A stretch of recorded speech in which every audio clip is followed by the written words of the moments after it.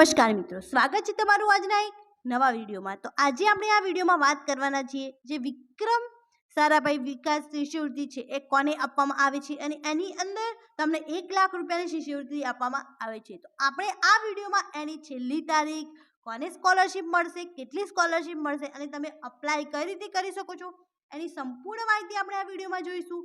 અને આને અપ્લાય કઈ રીતે કરવું એકદમ ઇઝી પ્રોસેસ છે અને તમારે ઓનલાઈન જ કરવાનું રહેશે, જેથી તમે સરળતાથી તમારા ફોન દ્વારા કરી શકો છો।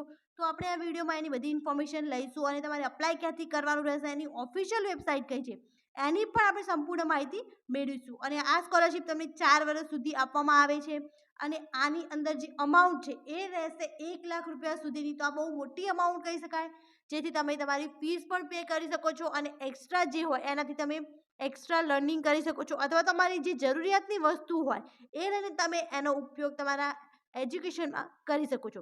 તો હવે જોઈએ આ બધી જ ડિટેલ। તો શરૂ કરીએ આજનો વિડીયો। વિક્રમ સારાભાઈ વિકાસ શિષ્યવૃત્તિ યોજના અને આ આપવામાં આવી છે જે ધોરણ 8માં ભણતા વિદ્યાર્થીઓને 4 વર્ષમાં મળશે। મીન્સ તમને 4 વર્ષ સુધી આ સ્કોલરશિપ મળવાપાત્ર રહેશે। મીન્સ તમે ગણી શકો છો કે 8, 9, 10 અને 11 મતલબ 4 વર્ષ સુધી તમને 1 લાખ રૂપિયા સુધીની શિષ્યવૃત્તિ મળશે। અને આનું ફોર્મ ભરવાની જે છેલ્લી તારીખ છે એ રહેશે 12 જાન્યુઆરી 2024। તો આના પહેલાં તમારે આ ફોર્મ ફિલ કરી દેવાનું રહેશે અને આ એની ઓફિશિયલ વેબસાઇટ છે જેના પરથી તમારે ફોર્મ ફિલ કરવાનું રહે છે, જે પણ હું તમને ડિસ્ક્રિપ્શનમાં આપું છું, જેથી તમે ડાયરેક્ટલી ડિસ્ક્રિપ્શનમાં જઈને એ લિંક જોઈ અને આની જે ફોર્મ છે એ ફિલ કરી શકો છો। તો હવે જોઈએ આપણે આની ડિટેલમાં ઇન્ફોર્મેશન જે એમને પરિપત્ર કહી શકાય એ બહાર પાડવામાં આવે છે એ તમારે અહીંયા ક્લિક કરીને એનો પરિપત્ર છે વાંચી શકો છો કે ભૌતિક અનુસંધાન પ્રયોગશાળા વિક્રમ સારાભાઈ પ્રોત્સાહન યોજના શિષ્યવૃત્તિ ધોરણ 8ના વિદ્યાર્થીઓને ₹1 લાખ શિષ્યવૃત્તિ।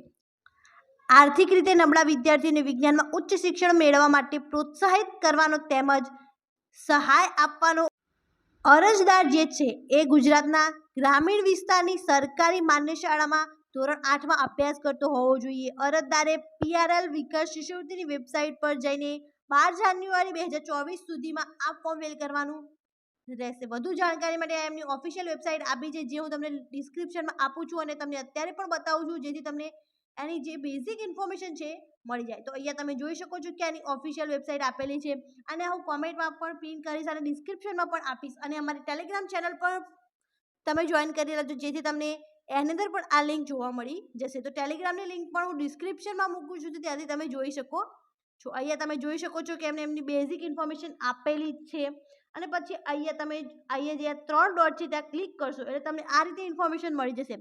પૂર્વ શિષ્યવૃત્તિ વિજેતા મીન્સ જેમને પહેલા શિષ્યવૃત્તિ મળેલી છે તે, એના પછી આની મુખ્ય વિશેષતાઓ આપેલી છે, પછી તમારામાં શું લાયકાત હોવી જોઈએ એની પણ ઇન્ફોર્મેશન આપેલી છે।